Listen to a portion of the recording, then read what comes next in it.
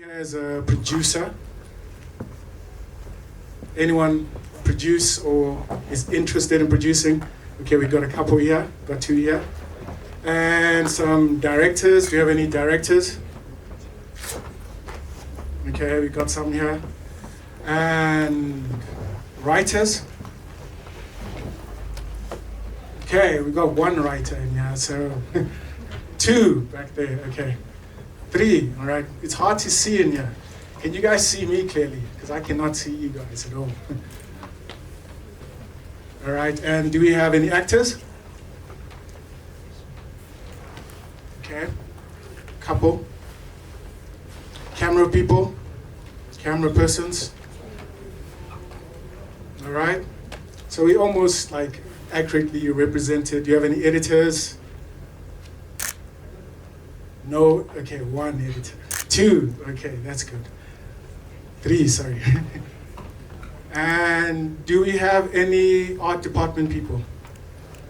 Art, makeup, costume, set design. That's usually, okay, one. That's usually an underrepresented group. All right. And do we have any distributors, marketing people? Marketers? Zero. All right. So those are the kind what I'm kind of like. Well, the reason I'm asking these questions is just kind of want to see who's in our crowd and what it is that you guys are expecting. So who does something that is not in film? All right. So do you mind if I put you on the spot and I ask you, what do you do? I'm a film enthusiast. You're just a film enthusiast. All right. That's good, because you guys are the, greatest critics, and also, you guys change the game. Whatever you say kind of changes and alters what it is that we can do in the future. Anyone else? Just him, who is a film enthusiast? I'm pretty sure everyone in here is a film enthusiast as well. I'm trying to find someone who is does a strange occupation. Yes, what do you do? Okay, you're into IT. All right, sweet. Anyone in the back there, yes? Hi everyone. My name is Angela and I'm an aspiring speaker. You're an aspiring, sorry? Speaker? Professional speaker, yes. Okay. That's interesting. I should give you the mic, eh? Yes, really. Should give you the mic so you can take over. Yes.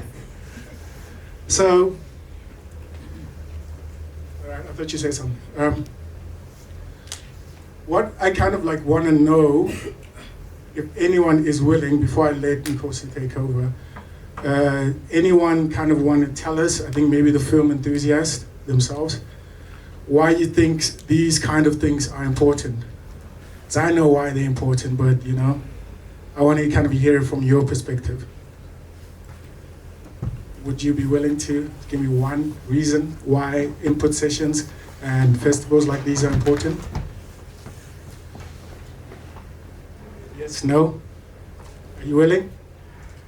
Okay, let me come around to you.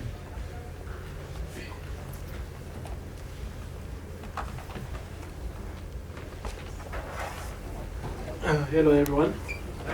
I think the film festivals are important because you can never have enough knowledge on whatever area you are in, and I think it's also important to mix and mingle with the people that do the same thing as you do, so that you gain more things that you didn't know before. All right, thank you very much. I think you touched on pretty much everything. I'm just going to add a little bit to that. So as you guys know, the European Film Festival is about showing films. And like any film enthusiast knows that when you watch films, you learn from films. The people that initially started doing films, they didn't have the schools, they didn't have input sessions, they didn't have a structure. They learned from watching other people's films. So if you come here and you watch European films, you're going to get a better understanding of, you know, how films are and how they work just from watching. But beyond that, we also have people here on the ground who are actually doing film, who are actually practicing and who are trying to create content for you guys. So we thought like it's an essential component for us to have these input sessions where we call it an input session because they give you guys their take and their experience, and you also get to ask them questions and you give your feedback. So it's a pretty open kind of situation in the sense that we are engaging with each other and it's a dialogue. It's not like just someone's going to stand here and just tell you exactly how things work. It's going to be a dialogue, but there's going to be a question and answer session afterwards. So our first input session is from Nkosi, and Nkosi is a scriptwriter. She has studied at MSU, she's also studied at New York Film Academy, and she's also done the multi-choice talent factory. She's written a lot of scripts and which have shown up on Zimbabwe Magic and Showmax as well.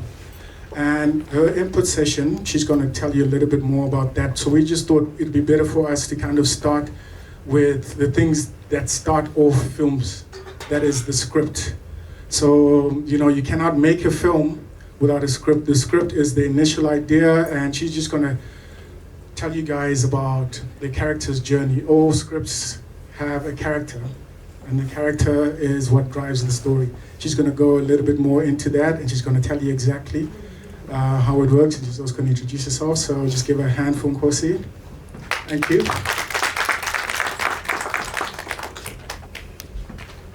Hi. Okay, so I'm the Nkosi that he was talking about. So what we're going to be talking about for the next couple of minutes is character. You know, the character's journey. How do you write about characters that people want to watch? Events in film are good, but we only commit to watching events if the characters are worth following in the first place, right? So I just want to start with a very simple question. How many stories do you guys think exist in the world or in the universe? I don't know which one's bigger, but how many stories do you guys think exist in the world? Yes. 10. Okay. Anybody else? Just the number. Doesn't have to be right. 2. Okay. Yes. Okay. Anybody else? The back maybe? Yes, please. 1. Okay. Yes. 6 billion? We didn't say we're looking for a number. Yes. Okay. Alright, so we've had like a range from 1 through to 6 billion through to infinity. But technically we only have a total of 36 dramatic situations, right? So, and this is dramatic situations across different media, right? It could be film, it could be theater, it could be a book or whatever. But then the thing is, there's a limit of 36 stories. So there are stories about disaster, there are stories about madness, it's just 36, right? But then in spite of this number being, you know, pretty low, why do you think we're still in the business of storytelling? If there's only 36 stories, how are we still in the business of storytelling? Does anyone want to have a go at it? Yes. Because everyone has their own interpretation. Okay. Anybody else? Yes. I think we have over 7 billion people whom we can use to tell those 36 dramas. Oh, okay, that's exactly the response that we were going with. There's 7 billion people, 7 billion people in existence right now. But then if you think about it from the time that time started, there've been like an infinite number of people. And then there's a 7 billion in existence right now. And then there's the infinite number of characters that you can make up in your head. And that's why we don't run out of stories, because the possibilities are endless. There's many stories as there are characters that we can create. So the stories are the same, but differences in character. I don't know if anyone's watched Megamind and Despicable Me. That's the same story. The difference is just, you know, the characters that you put in the story. So characters provide us an endless catalog of stories, right? So if you change the characters in a story, that's what changes the story itself, and that's why we usually say that character is story. Think of something as a story as popular as Titanic, right? But instead of having Jack walk into the ship, put maybe Hannibal Lecter in the ship, right? So now the biggest threat is not a sinking ship. The biggest threat is a guy that eats people, right? So that's why we're saying, like, if you change the characters in a situation, the story itself changes, right? So again, like we said, plot is good, events are good, but ultimately it's character that makes the story. So why do you think we commit so much to characters rather than plot events? Anybody? Why do you think we care more about characters than we do about just events taking place? Yes. Projection, identification. Okay. We see ourselves in the characters that we're watching most times. All right. That's what, yeah. Okay. Thank you for that. Anybody else? So yes. I think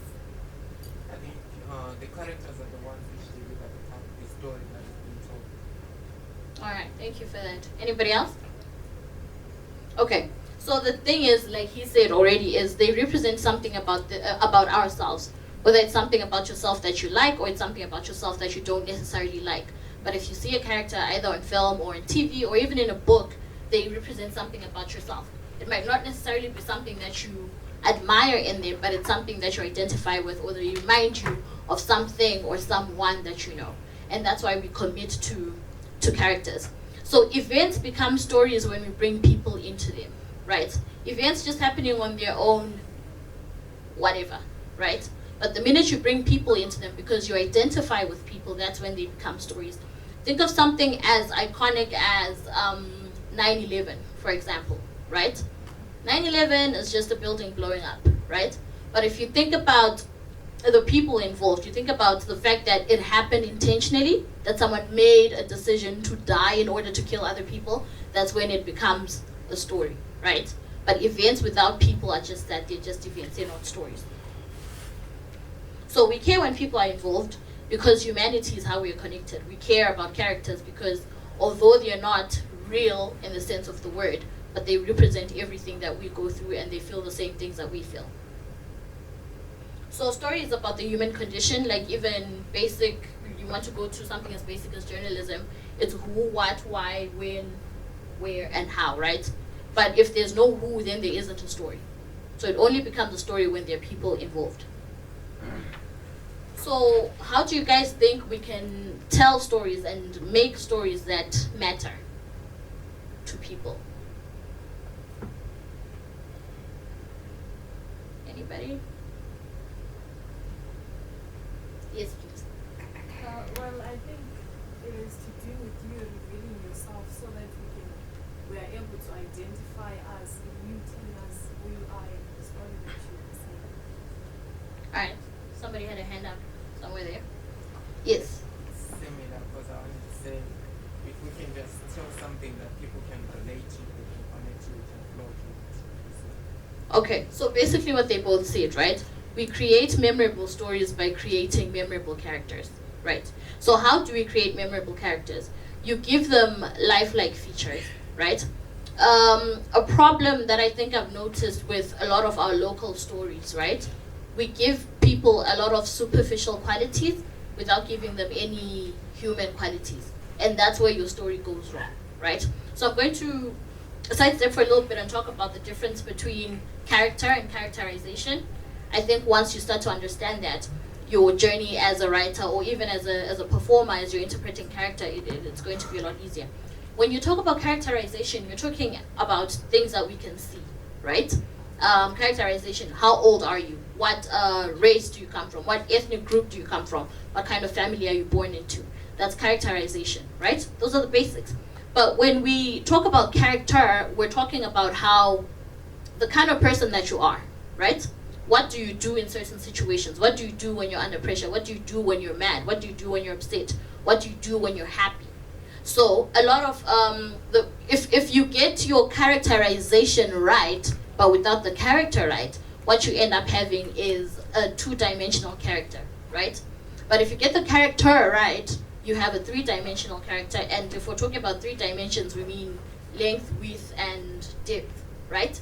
So we have a lot of characters, especially locally, that have a lot invested into, the writers usually invest a lot into characterization, right? You've got a character on screen, you know where they work, you know who their family is, you know basic things like that. But then we never really explore who they are at the core. And that's where the problem is. If you create a character but you don't invest yourself into carving out their character, that's when you end up with these stories that are just events and characters who just make decisions that don't necessarily make sense, or decisions that are not in line with who they are. Right. So the first thing is, whether your character is good or bad, they must feel relatable and they must be real, right? A great temptation is to, story of Cinderella, for example. A great temptation is to make your protagonist. Do we understand the difference between a protagonist and an antagonist? Okay, who wants to tell us? I had a couple of yeses. Anybody? No? Yes, please. So I want to explain hero and villain. Okay. Yeah, in the simplest form, it's hero and villain, right? But then we create these heroes who are perfect, and then we create these villains who are just so unbelievably bad, right? And then we want to force our audience to pick a side, like, no, side with this person. But that's not your job as a writer, right? Picking who to side with is your audience's decision, right? So you make your hero or your protagonist someone who is very relatable. And by relatable, I mean they should have faults, right? The best person in the world, your mother, who you love more than anything in the world, has faults, right? So that's what we're saying. Even as you create your heroes, as you create your protagonists, they should have faults because they're human. The minute they stop being human and they seem so perfect, people lose interest, first of all, because they can identify with the perfect person, and secondly, because they don't believe a perfect person, right? And then your villain, who is your antagonist, should just be as strong a contender as your hero is. Because if you make them, even when you come out your villains, right?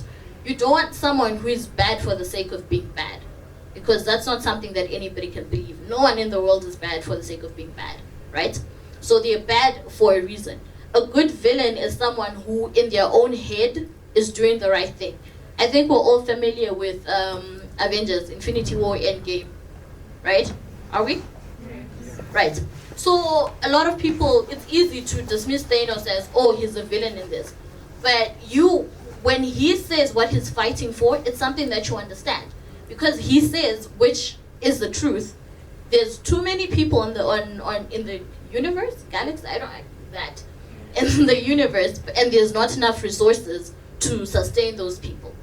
And that's a legitimate problem. He is responding to a legitimate problem. And he believes in what he's doing so much so that he can sacrifice his daughter to be able to restore the world to a balance, right?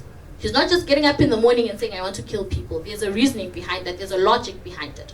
So it's the same thing as you create your characters, even as you create your villains, even as you create your antagonists. They have to be motivated. There has to be a reason why they're doing what they're doing, right? So how do we reveal character, or what elements do we use to make our character memorable? Anybody? What? Yes, please. Action. Yes, action. And when we say action, we're not necessarily talking about the action going on in the film. You're even paying attention to something as tiny as their body language, right? You don't want a character who walks into a room, right? You want a character who barges into a room, or you want a character who bounces into a room, or who saunters into a room. Because walking doesn't tell me anything about who they are, right? So also that's another thing about writing. If you're going to write, you might want to read a lot so that you have like a full bouquet of words to pick from. So that's what we're saying. Basic things like action, how a character conducts themselves, how they move, it tells us something about them. All right, other than action, what else can we use to show a character? Yes. Conversation. Yes, conversation, and in film usually we just call that dialogue, right? And when it comes to dialogue, it's not necessarily just what they're saying, right? It's how they say it. A person who's been to prison's vocabulary is a lot different from a person who hasn't been to prison. So there are things that you can tell us within the story without telling us, right? So the vernacular that a person uses, the intonations that they use, the accent that they use, it tells us something about them without us necessarily putting that into the script. So other than action and dialogue, yes. Yes, that's a very important part. Costume, how do you dress your characters? What kind of makeup are they wearing? What kind of body art do they have? Do they have piercings? Do they have tattoos? If I am to write a film about maybe like a 14-year-old girl who's got a tattoo, I'm not judging, but there's a parenting deficiency there. You can already see that, right? It's not something that we're going to put into the script necessarily. It's not something that we're going to put into a scene, but it's something that you're showing the audience, and then you're letting them decide for themselves that, okay, this is what this means, right? So action, dialogue, costume, what else? Yes. Let's say the weather. Sorry? The weather. Okay, can you explain that a little? Like for funerals, I notice Mhm. it's always raining and it's gray. Oh yeah. So I don't know what to term that. Okay, so that does create a mood definitely, and it kind of tells you what you're going for, whether it may be in the scene or in the entire film. All right, thank you. Somebody's hand was up. Yes. Lighting. Lighting, yes, that can technical elements, right? They can even, it comes down to how you frame your character. It says things about them without even you having to say it in either the script or in any of the action. Okay. Yes. The environment? The environment, right? So when we talk about the environment, we're basically talking about set design. I think Alex spoke a little about set design, right? So your set should tell us something about, especially when it comes to your main character's natural environment, right? It should tell us something about who they are. If, say, we're doing something and Charmaine's the lead, and we see her in her bedroom, it shouldn't just be white walls and white sheets and a white bed cover, right? Because that doesn't tell us anything about her. But if we see posters of maybe like a band or something that she likes, or she opens a drawer and there's for some reason a gun there, that tells us things that we won't have to work on revealing later in the end, right? So think about set design. Did we say we have set designers here? Okay, yes. Okay. But yes, even as you write your script, you write this little, we like to call them Easter eggs, these little visual clues that you put in your script so that when they come to life, there are things that the audience will recall and be like, oh, how did I miss that? Because I've been shown that, right? Okay, what else do you think we can use to show character? Yes. Age groups. Sorry? Age groups. Age groups. Oh, you're saying the people that they interact with? I mean, the characters' age groups. Oh, okay, yeah, that. Sorry? Yeah, I was just saying that some characters, it would be someone old, so the person must be fitting to that age they're supposed to. Oh, okay. Yes, and then that also zeroes in on that character's relationships with other people, right? Because that tells us something. If you have a character that just gets out of bed and walks past their mom and dad and then they just leave, you don't need to tell us that these people don't have like the best relationship, right? So explore your character's relationships with other people as well. So you should know your characters as intricately as possible, to the last detail if you can. Even if you're not going to put it in the script, you just need to know how, not good or bad because that's subjective, but you need to know what their limits are so that you use those limits to kind of discipline you as you write so that you don't do anything that's out of character for your character.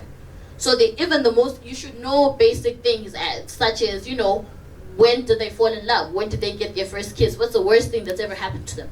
You may not put them into the script, but you know them, and those work as reins as you're writing. You color within those lines. So now that our character has been created, right? We're sending them on a journey, right? So what do you think begins the character's journey? At what point does a character decide to go on a journey? It's not a physical journey, just like metaphorical. So at what point do we think that a character decides to go on a journey? Yes. After it arises. Okay. Anybody else? Yes. I think usually after something triggers them to do that, whether negative or positive, because it's not. Okay. Anybody else? Yes. When something happens that changes their life. Hmm? Alright, so what you guys basically talked about are what we usually call inciting incidents in film, right? It's what sets the character off on the journey. But then for them to actually go on that journey, it's because they've identified something that they want, right? So a character's journey starts when they decide that they want something, right? And then the rest of the film becomes the pursuit of that which they want. What are they going to do to get what they want? What obstacles stand in their way of them getting what they want? How far will they go to get what they want, right? So it's an issue of departure, right? You leave your normal life, and then you find fulfillment during the journey, and then you return at the end of your journey, either as a changed person or as a person who's not changed. So throughout this journey, you as the writer are supposed to plant obstacles, right? You're supposed to plant obstacles for your character, right? They want to go, it's really as simple as me wanting to go from here to that door there, right? But think of everything that could go wrong between me leaving there and getting to that door, right? Think of everything that could go wrong and just throw it in there. I could trip over something, I could drop something, or I could slip, or there's so much that could go wrong. So that's literally how you build your character's journey. Because a character without a story in which a person gets what they want without obstacles that's kind of lazy writing, right? So you want to put your character in these terrible situations, not necessarily terrible, but you want to put them in these difficult situations and watch how they get out of those situations. So there's a common saying, like if your character is backed up against the wall, back them up even harder and watch how they wriggle out of it, right? So as we are trying to get across these obstacles and these hurdles, there are choices that your character is going to make, right?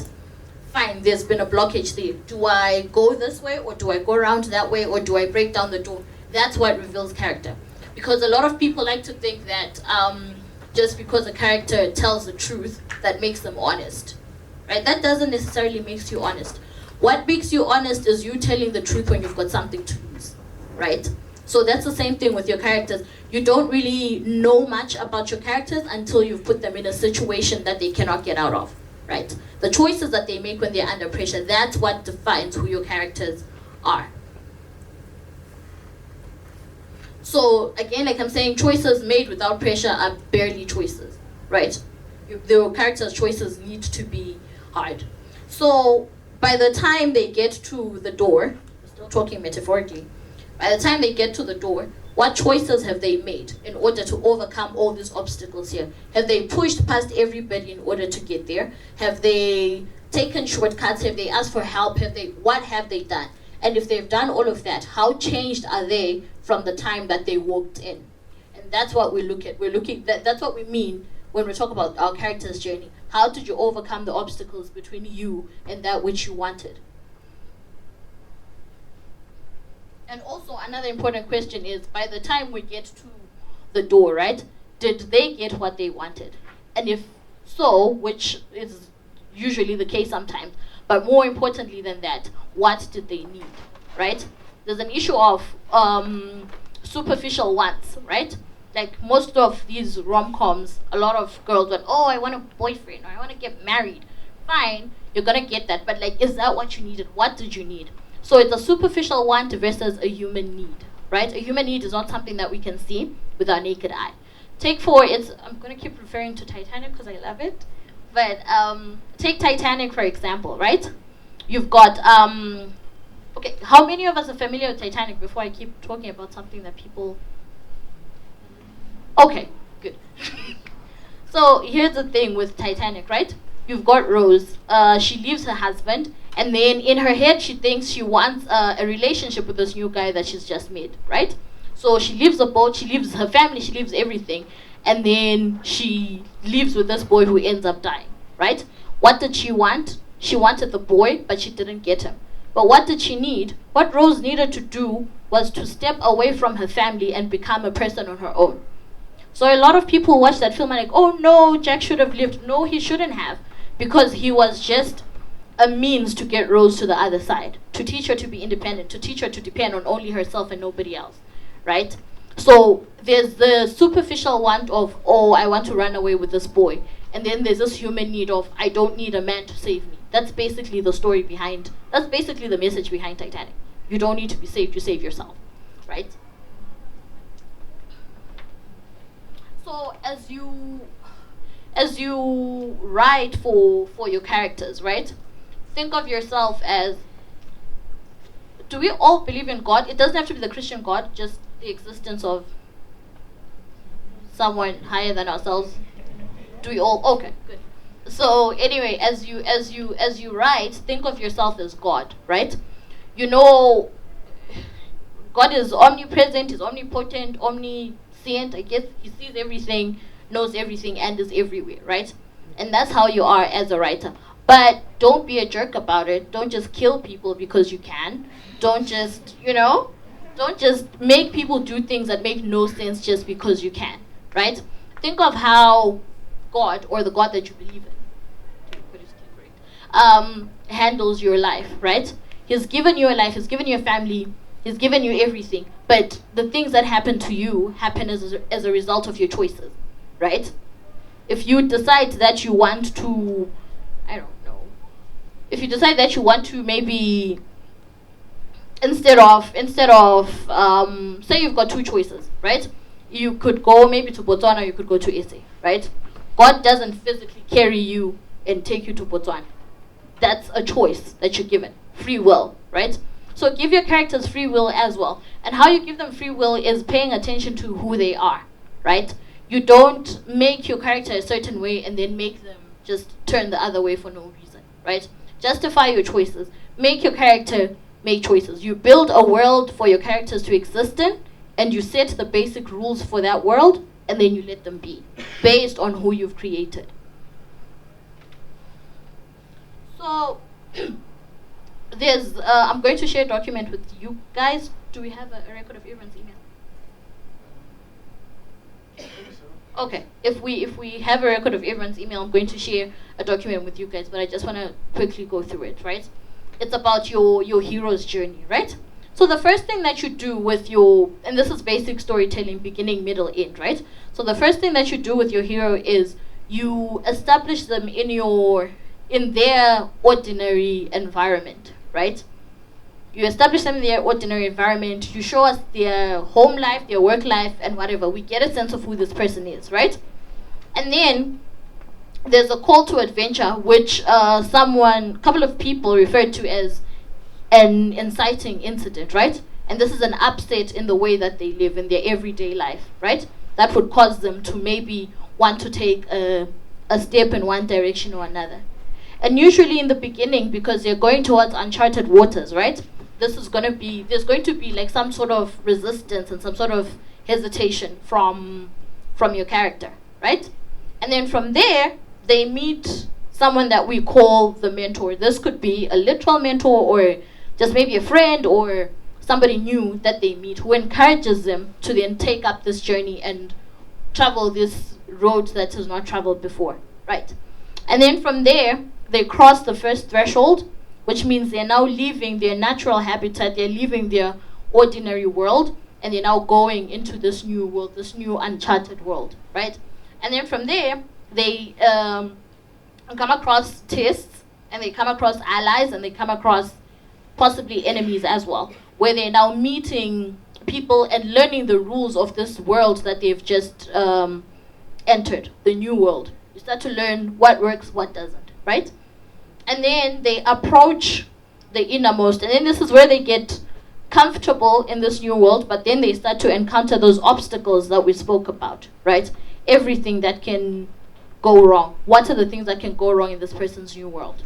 And then from there, we have the supreme ordeal. What is the worst thing that could happen to your character in this current situation? Think about it like that. What's the worst thing?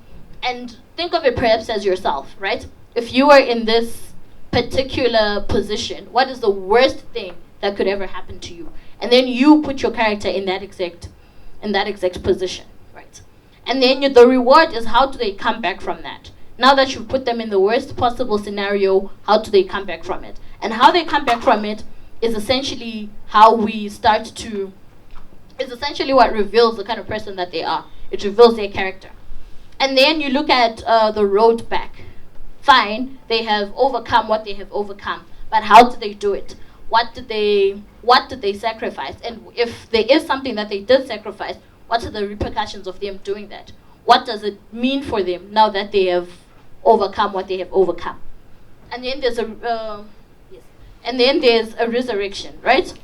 When we talk of, remember when we spoke about how from here to there, if you put a number of obstacles, the measures that I'll take in order to get there are going to change me one way or another. So the resurrection, you're looking at how much this person has changed, right? And then at the end, we have something that's called the return. And when you return, you're going back to your natural habitat, metaphorically or not, but you're going there with something of value. And it doesn't have to be something physical. More times than not, it's not something physical. It's usually a lesson. Remember what we're saying about superficial needs and superficial wants versus human needs, right? So at the end of the journey, we should be able to identify the human need that they have, the human lesson rather, that they've learned, right? So what have I been saying for the very long time that I've been up here?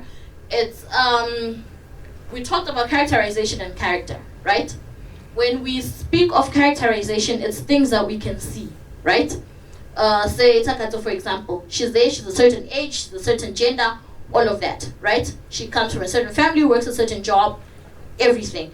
But by the time we get to the door, by the time we're done with our journey, we shouldn't think of her as the kind of job that she does or the kind of work that she does. We have stripped all of that down and we're now looking at a person. At the end of the day, what's our conclusion about her as a person?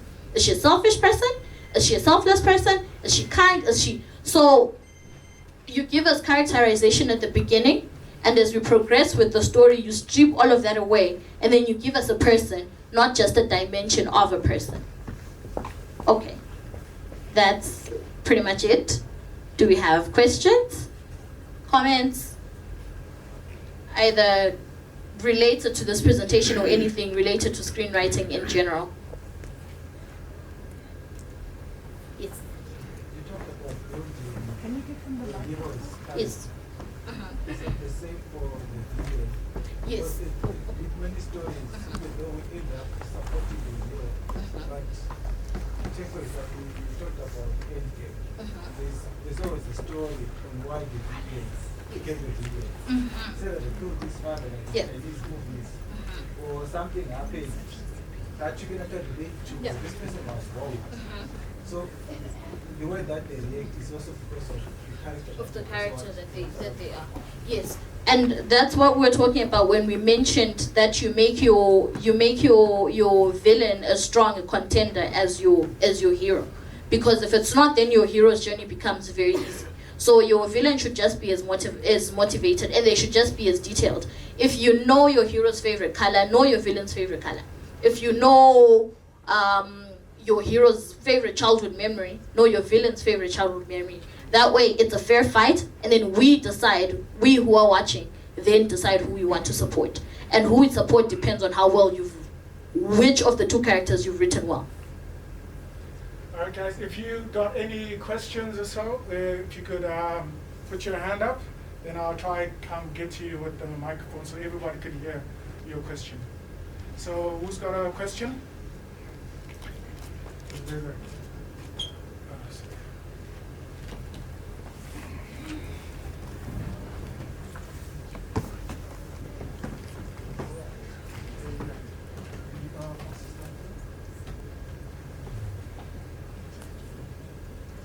Hello, Nkosi. Hi. How are you?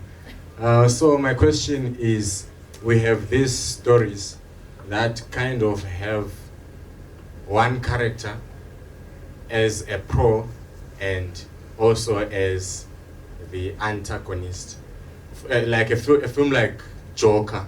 Okay. So how do you come up with something like that? Alright. Can everyone hear me? Okay. So with there are different types of conflict, right? The most common is man versus man, right? But then there's man versus God, there's man versus nature, there's man versus self, right? Which I believe is the thing with Joker, right? Because, and then it's also, I guess it's also kind of man versus nature, because Joker is not like that just to be a jerk, like I'm saying. He's like that because he's literally got mental health issues. And that's like a social, it's also like, I don't know if there's anything called men versus society, but then that's what it is. Because what that movie does is it's a commentary on how neglected mental health issues are. So he's obviously, because he's your protagonist, right? Then the rest of society becomes your antagonist. His mental health issues become your antagonist. So it's kind of men versus self, but it's also sort of men versus society. But then the thing with that is, even if your antagonist is not a human being, like we're saying, it's society or maybe it's his health or whatever, you give it a human form, right? So if we're giving it a human form, even in Joker, there's, I don't know their names, Batman's parents, those guys, those are the villains in that story. So it's always nice to have a human opposing force. Are you answered? Can I add something to that? The Joker story that you're talking about, it's an origin story. And remember, I think she mentioned earlier that a story has a character, and that character's journey and the arc and what it makes them who they are. So with the Joker story, it's an origin story. It's about trying to show you how they became the antagonist in another. And those stories can only be told because we're so familiar with the character of the Joker in all the other incarnations of that. John, add anything? No. All right. Anyone else with a question? If you can put your hand up.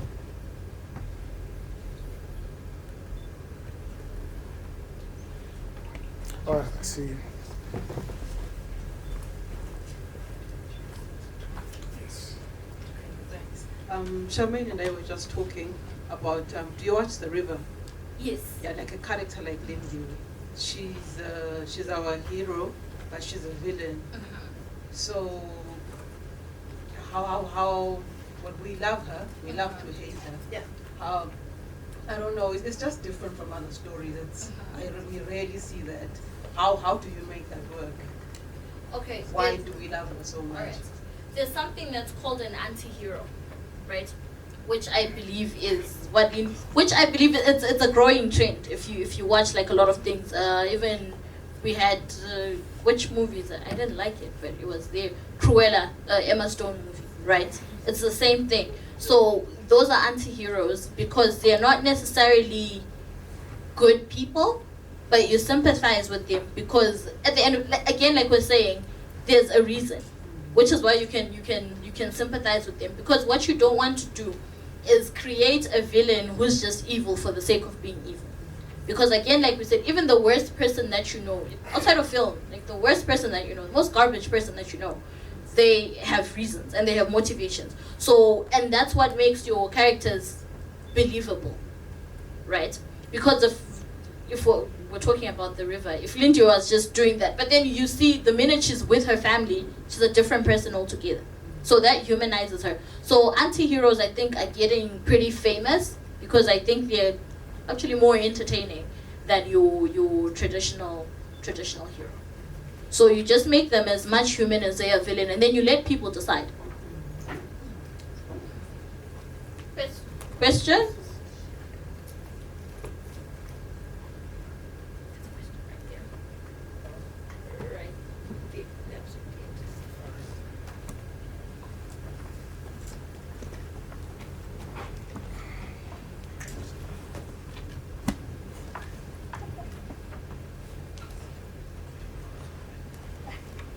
This one. Oh, sorry.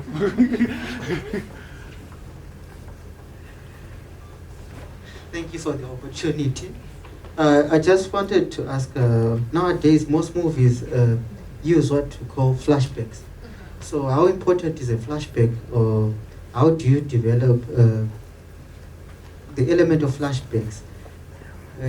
How does it contribute to building up a character, and what's the best way to put your flashback? Okay, no, you guys can hear me, right? So flashbacks, personally, I'm not that much of a fan of flashbacks. I sometimes feel they're like a little lazy, just like a little bit. But you know, sometimes you need them because you need to understand how certain things came to be. But I think that as you know, as a writer, with time, it's something that you learn over time. You can actually tell a story and even tell the history of something without relying on a flashback. But yeah, I think it's a creative choice. Same way that some people choose to use voiceovers, I don't like to, but there are people who do. So I think it's a creative choice. Can I just add something? With the flashback, if you're doing non-linear storytelling, that's when probably the most effective way to do that. Non-linear storytelling is when you're not telling something that starts from, once upon a time, something happened, and then the end.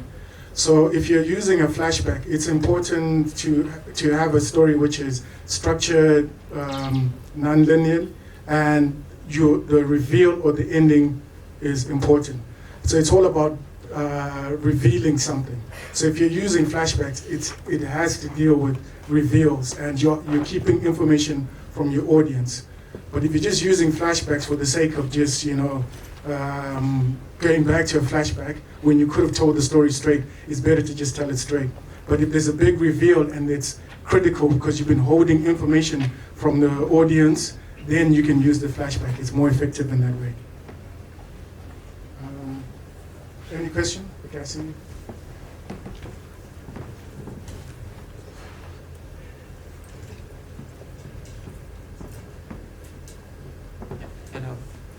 I wanted to ask you, is it possible for you to create a story which is only based on villains only, and there is no this other guy, is it the antagonist or something? They are only villains. These are the bad guys only. You can do it. No, you see, this is the problem, I think, which is we've identified our heroes as good people. That's not what we're saying. You can have a protagonist that's not necessarily a bad person. The protagonist is a person through whose eyes we learn the story. It's the person whose journey we're following. They don't necessarily have to be a good person.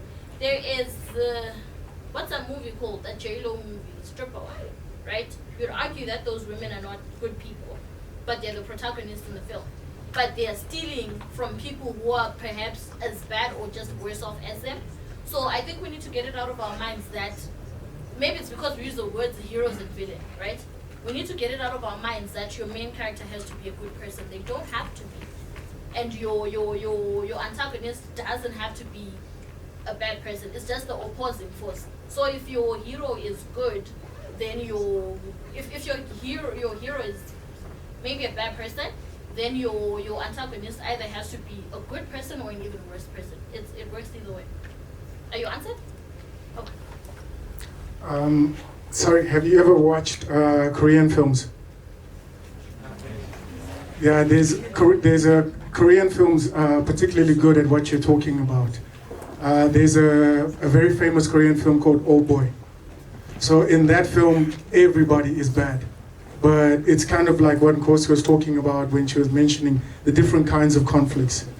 So it's a revenge film, everyone, and it's man versus society. But what they're trying to do there with when everyone is a villain, it's kind of like what is this thing called again? When you make those kinds of films, you're critiquing society. So it's like, let's say, like in that Old Boy film, I don't want to ruin it for everyone, but basically, a guy locks up another guy in a room, and then when he gets out, he goes on a revenge mission. Then he realizes why he was locked up was also because he's a bad person. Then he decides to get put back in the hole. So everybody was bad. But their take on that was just like, it's all about society. They were commenting on society and the horrors of society and how certain things can continue.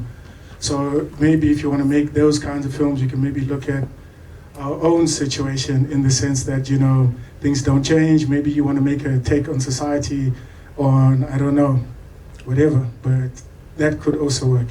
Anyone with another question? I'll let you go first in the red, then someone after you. Okay, thank you so much. I would like to know, like, how do you create a film and based on a protagonist dying at the end, but without focusing more attention on suspense? Thank you. You want your protagonist to die at the end? Yes, yes, yes. The good guy. Okay. And the suspense? The suspense is not the main focus. You can do that in any... Maybe I'm not getting your question, but you don't want... Because as we are watching, we don't know that he's going to die, right? Yes. So I think you just write... Maybe I'm not fully understanding your question, but you just write it the way that... Because that's the end of it. His journey ends with him dying, right? Yes. So you follow all the rules until that last minute. Okay. Did I answer you? I don't think I did. Yes, yes, I understand. Okay. Okay, Sarvanan. You know, I want to ask you a question like Oma stories, like when they say based on a true story, like is there like a limit? Like I'm a true story, are they supposed to be like everything? Is it supposed to be like true, or there's like a little bit of spice? Like, you know? So like I just want to ask you, like when you're making a true story, do you like make the whole story true, or you can like add some drama? No, you can take liberties with the truth as long as the essence of what happened. Also, it depends. There's Antukulo based on a true story, right? There's inspired by true events. This is a true story, right? So there's levels to it. There are things that you can obviously take liberties with. There are things that you can add, but as long as, especially legally, right? I know very little about the law, but legally, especially if you're talking about real people, and there are things that you can't say. If someone didn't do something, you can't just get up and say they did something. So there are liberties that you can take, but when your value is you're trying to make it entertaining. And if you tell it exactly the way that it happened, there's going to be phases where nobody's watching, because in real life, it's not like things are happening all the time. So take liberties, but be very responsible about it. Sorry, it also starts with your title, huh? If you call something based on a true story, the based part means you can go wherever you want. It could be total fiction, but it's based on a true story. Like a true story, someone told me a real story. But if you're making like something that is actually true, then you're in documentary phase. So that's very different. But if you're basing it on a true story, I can change, like what you said, you can change names, you can take liberties, you can be as dramatic as you like because of the based element of it. Sorry? Yeah, it can be fictitious. Like people change names, some you can even add at the end of your thing and say the stories and the names and stuff were changed for, but you're not. You must remember that, like, even documentary filmmaking is also taking liberties. It's structured differently. Like, they might start at a very dramatic point, but then bring you back into the story at certain points. But when you're saying based on a true story, no one is really expecting you to deliver the actual document word for word. My question is almost linked to his. I want to ask, as an actor, we are doing a biography of someone. Then I'm given a character maybe of someone who has died in real life, like it's gone.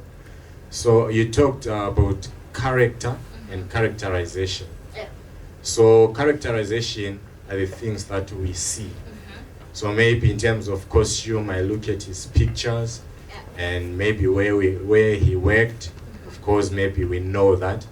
Then in terms of depth now, the character, in terms of what he does when he's angry or when he's happy, can I create my own? Here's the thing, it's a biography, right? I would assume whoever was in your writing team did some research, right? I would assume you as a performer also did some research. You spoke to people in his family, you spoke to, did you? Hypothetical, did you? Oh, yeah, but now what I'm saying is maybe I did the research, but I don't have much information on some of those things, and I feel like if I add this or that, it's going to be interesting. If we don't know anything about that, maybe when we say maybe when he's happy, he does this, we don't really have that thing whereby someone's going to say it's wrong or right. Okay, to have the right to say, no, I'm going to think like this because no one knows. Okay, are we at actor level here or are we still at script level? Oh, okay, I'm at actor level. You're at actor level, right? Obviously, your script has given you stuff to work with. Okay, yeah. Has it? Yeah, I'm okay, sure. Good. And then obviously you've been given a character Bible, right? Yeah. And then there's obviously small things like mannerisms that you can again take liberties with, but then most of the stuff, like again, like we're saying, his character, because character, as an actor, you just come to enhance what's already on the page, right? You're taking this and you're taking a piece of paper and you're making it into a person, right? But you're building on what's on your piece of paper. And from a writer's perspective, I would assume that some research has been done. Even when research has not been done, everything about that character's character is something that's been thought through, and it's something that's been motivated, like we've been talking about for the past hour. Are we good? Yeah, okay. Yeah, we're good. Can I ask you a question as well? With your biopic, is it one movie that's meant to summarize everyone, the whole character's life? Your biography? I did not really think that much. I was just trying to get some information on how much I can add my own stuff if I'm given someone's life as a character. Because if you are writing a biography, it's very hard for you to summarize someone's whole life in even 3 hours. Some people, when they do biographical films, have you watched Jobs? The film on Steve Jobs? Not yet. The film that they did on Steve Jobs is they focused on these kinds of things every single time he was presenting. So every time he was launching a new product. So during those times, his daughter would come around, or his business partner would come around. So they showed the things that mattered to Jobs as the character. You know, Steve Jobs as the character, his business and his family that people never knew about. So when you're thinking of doing your biopic, like what you was like kind of like, you need to also figure out what you're going to bring into it and how you're going to summarize it within that 90 minutes or 3 hours. So you can kind of take liberties and pick some of the best elements of that person's life that you feel have the most drama and the most entertaining, and reveal that person as a character. Because someone else is going to do another biopic. I think there was a time when they were looking at Truman Capote, and he had three different studios did films on him, and they were nothing like each other. So it's always like you can bring your own artistic stuff to it, but you just remember you only have like 3 hours and 90 minutes. So if I was you, if you're working on a biopic, I would do that research part like what she's mentioning, and pick the stuff that you know you can execute and do well, and then put it together in that way. Okay, just to add on to that, I think we get carried away biopics and just treat it the way that you treat a feature film, right?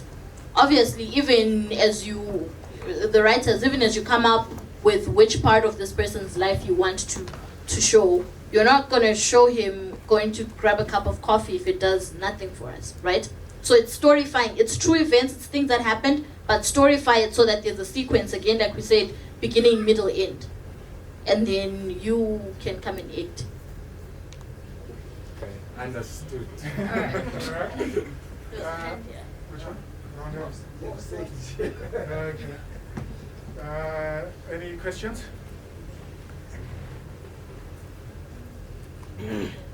Oh, I see you. There you go. Okay. Thank you so much. I want to ask Witi, how can I make my audience cry? like, I was watching a particular film, and at the end of the film, I could feel tears. So now, I know it's very powerful because I rewatched that movie. So I want to ask Witi, how do I come in touch with my feelings of someone without being melodramatic at the same time?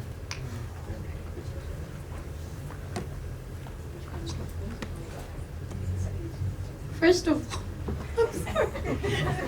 all, I don't think that's something that you should aspire to do. Let it happen naturally, because that's what happens. You can't wake up in the morning and say, I want to make someone cry, right? But if you must, it's just, again, it comes down to your characters, right? If you know your characters and your characters are authentic, we sympathize with people like that and we empathize with people like that, right? So do you direct as well? Yeah. Don't force people to cry on stage, please, right? So it's just one of those, if your character is so well developed, right? Because like there's so many ways to make people cry. Do you want me to happy cry? Do you want me to be sad crying? Do you want me to cry laughing? Like there's so many ways to do it. But then the thing is, if your characters are authentic, right? And then you put them in these situations where there's well near impossible situations and you see them maybe wriggle their way out of it, or you see them suffer loss and things like that. That's what it is. What makes you cry? What's the last thing that made you cry? The death of someone. See, it's basic things like that. It's basic things that happen to us. So but even the person who's dying, make them a character. If you want to make people cry, which I still don't think you should want to do, but if you want to make people cry because of someone's death, then make them a character that we like when they're alive. Because if we didn't care about them when they're alive, why do we care when they're dead? Are you answered? Okay. Stop trying to make people cry. They'll cry when they want. Any other question?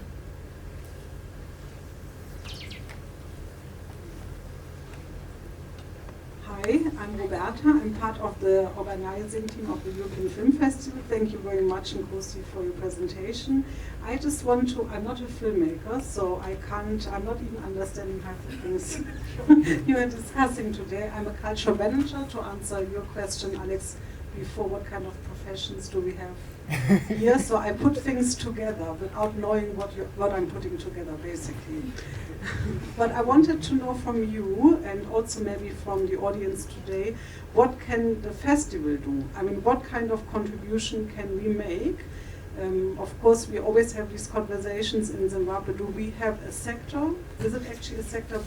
And I'm not saying that we can build a sector, but which contribution can we make as a festival? We have the inputs, we have master classes, we have training programs, but we really want to understand. And I'm assuming, I'm not sure, but I'm assuming there might be a difference in Harare and Bulawayo. I don't know, maybe not, but it would be nice to hear out a little bit more of the feedback you can give to us, that we can see your thinking and maybe also look into the needs of Bulawayo. All right, anyone want to answer? Yes.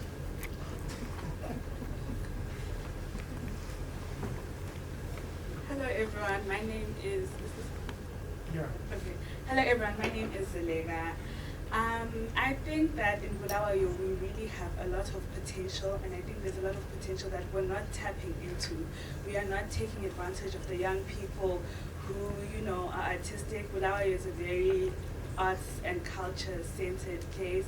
So I think it's important that we involve young people in making art, in the planning and spreading information, because like I didn't know, if I didn't have Instagram, I wouldn't have known about the film festival. So I think it's in, are we advertising on radio, in the newspaper? Are we going to the locations and going to schools and having meetings there to tell the children that come to the Euro Film Festival, there's lots to learn, there's lots to do. That's my contribution. Thank you.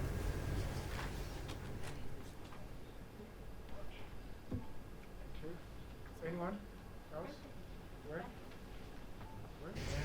Oh.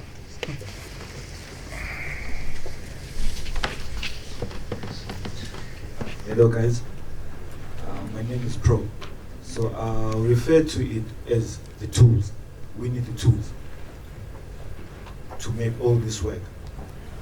And I think for Bulawayo specifically, and okay, I'm only speaking on behalf of the people that I know and people that I've had conversations with yeah, we kind of need the tools that after all we have done and all we have learned, we are able to give it life and see it work. Sorry, you mean by tools? Do you mean equipment? Equipment, yes, sir. That's what I'm talking about.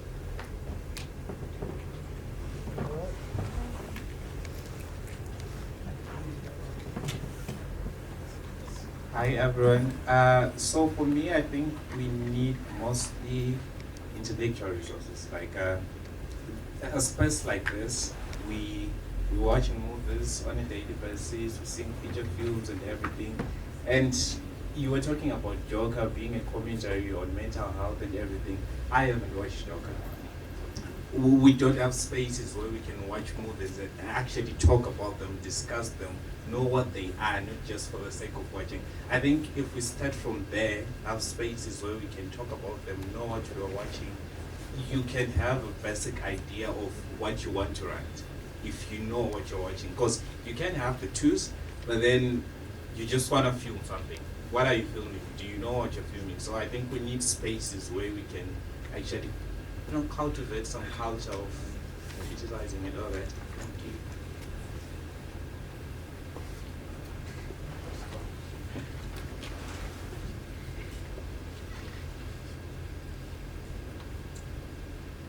Thank you. I think about game here in Zimbabwe, especially in the filming, the thing that we're lacking the most is actually funding and sponsorship. So you find out that most of the people, they have contents, they have things that they wish to tell people, but when it comes to funding, they are always lacking. So it becomes a challenge.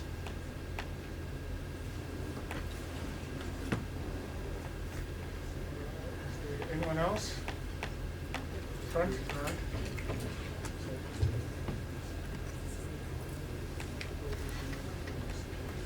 Okay. Befuna like on policies, like when you are making like movies, especially with interesting maybe nudity or sex scenes in Zimbabwe. Like, what's the policy there? Like, are you supposed to maybe like first get a license for that, or you can just make a movie like that? Or like, what's the law on that? Oh, it's not in response to the law is pornography is illegal in Zimbabwe. Like it's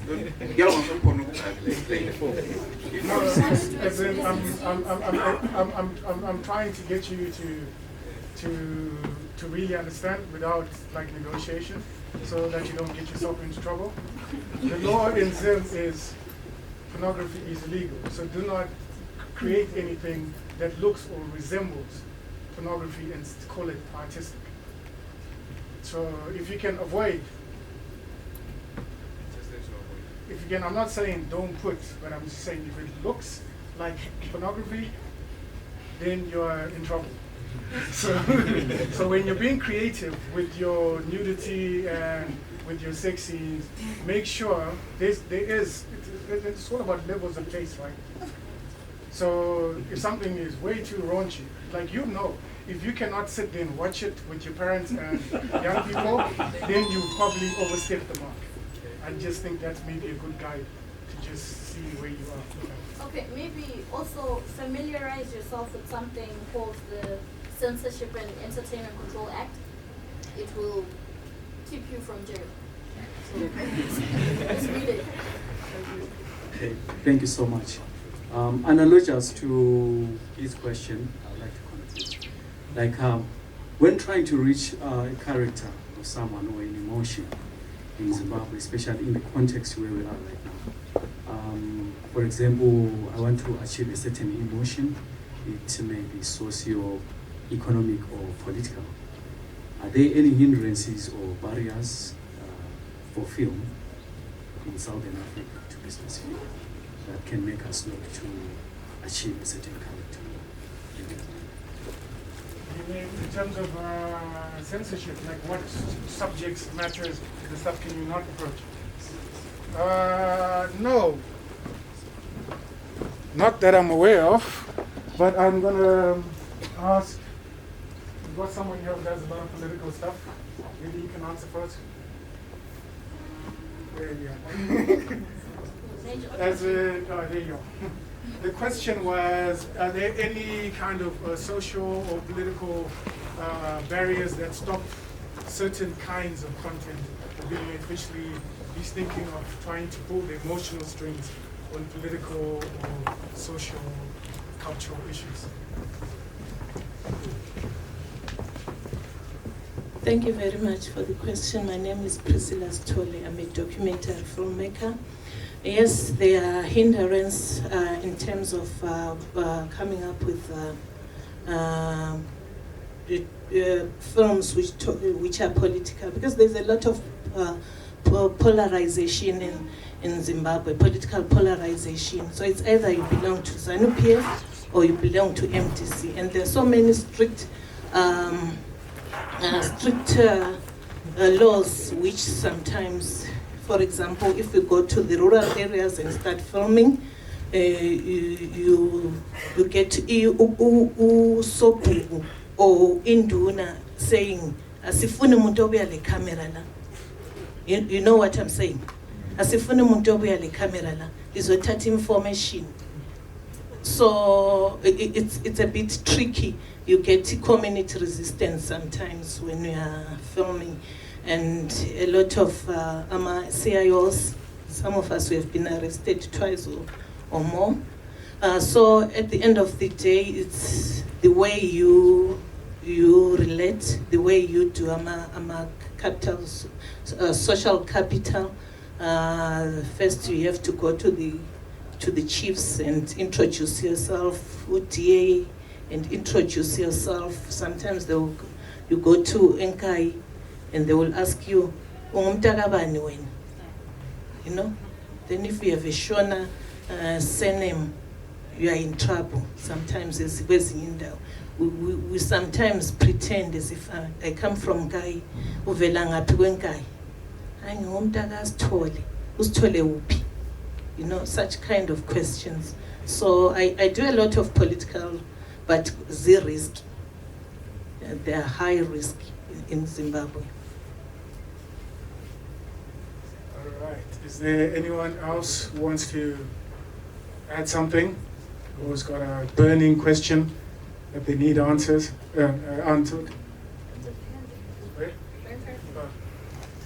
I'm staring straight into the light. There you go. Hello, my name is Pasha. Okay, so I wanted to add, I like what the film festival has done here. I'm here today getting a lot of knowledge that I wouldn't have gotten anywhere else, not even on YouTube. There are a lot of us who are actually film enthusiasts, and we never went to school for this.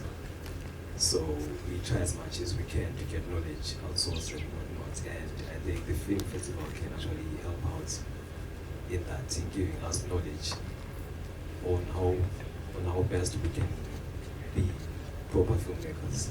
Because I've seen a lot of content, and if I try to match it with what's out there, like gold standard, we don't even match up. we don't. And the fact is we need a lot of knowledge, and we need knowledge. So if there's a space where we can learn, I think Bulawayo can be better, Sahara can be better, Zimbabwe can be better. Okay, and in response to that, hey, you're talking about us not matching up. Technologically, there's no way that you in Bulawayo can compete with someone in Hollywood, right? Try as you might, you won't. So the only thing that you have to, the only leg that you have to stand on is story. Because in order to create a story, you don't need anything except you and your mind. So intellectually, that's literally the only leg that you have to stand on. So don't cut corners with what you do intellectually, with your stories, specifically with your characters. Like, I don't know how many times I can say this. If your characters don't make sense, your story is just gonna fall flat. So invest in, I wrote a script in 3 days. What? No, you didn't write a script in 3 days. So anyway, it's just take your time, develop your stories, develop your characters, and then maybe you have a shot at competing, because everything else, equipment-wise, and they have the benefit of time on their side. They've been doing this for a very long time. So make your story stand out, and that's possibly the only way you can even start to compete with anybody outside. Is there, you have a question?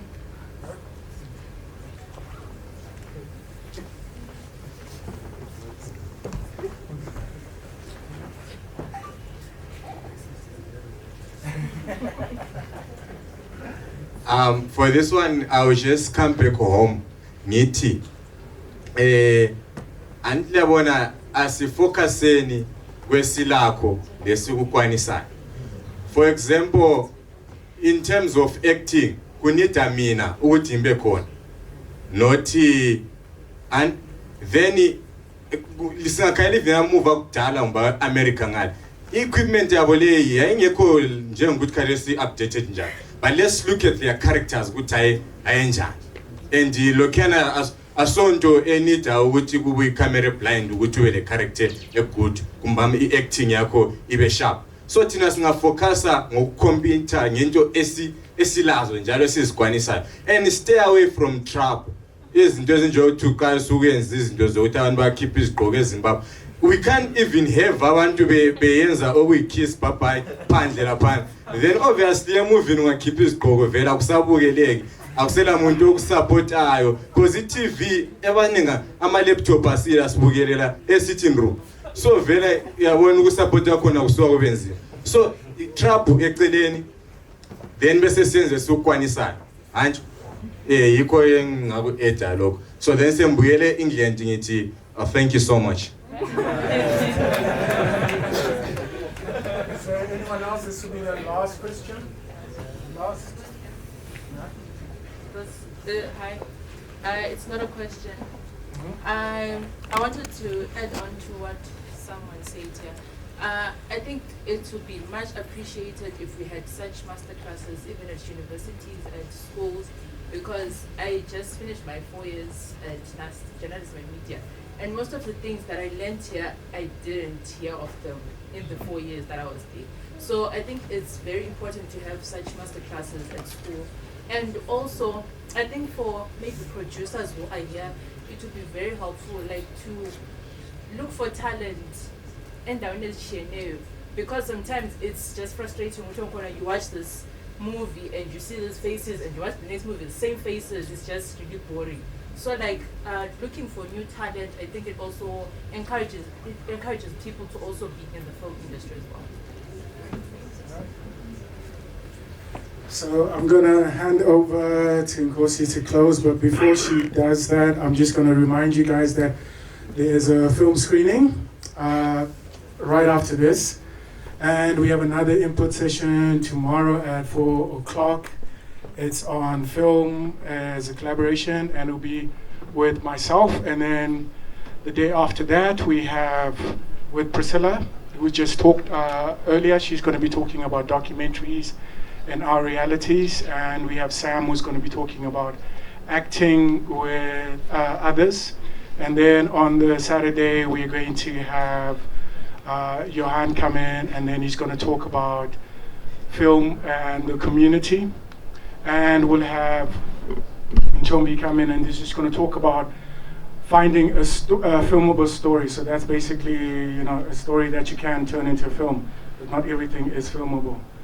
And before I just swing around to Nkosi, I just want to thank you guys for coming through. And just in addition to, I think Nkosi left it out, but whenever you make any character's journey, make sure the character changes. If there's no change in your character, then there was no point in the film. All right, I noticed you had a question. Just, yeah. No. Your hand was up, right? I wanted to add on to something. Oh, okay, please do. Then we can close. Sure. Okay. I can hear my own voice. So I just finished my first semester of university, and one of my units was studying film and television. It's television this semester from next. But we learned about camera techniques and that, and you had to analyze like close-ups. And I think that that's also a good part of storytelling, not just the script, but the way you film it. And you don't need a state-of-the-art camera to do it.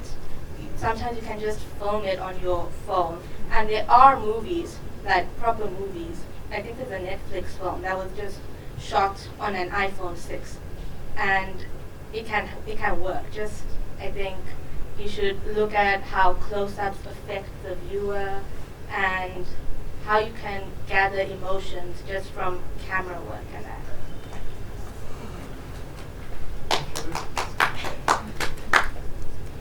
All right, so thank you very much. If you want to get in touch with me for whatever reason, professional. My email is nkocyKay@gmail.com. So thank you very much for coming. This was fun. I really hope you guys got something out of this. Did you? Please don't be quiet. Did you? Okay, thank you. All right, thank you so much for coming. That is all from us, I think. Can we have a round of applause for our presenter?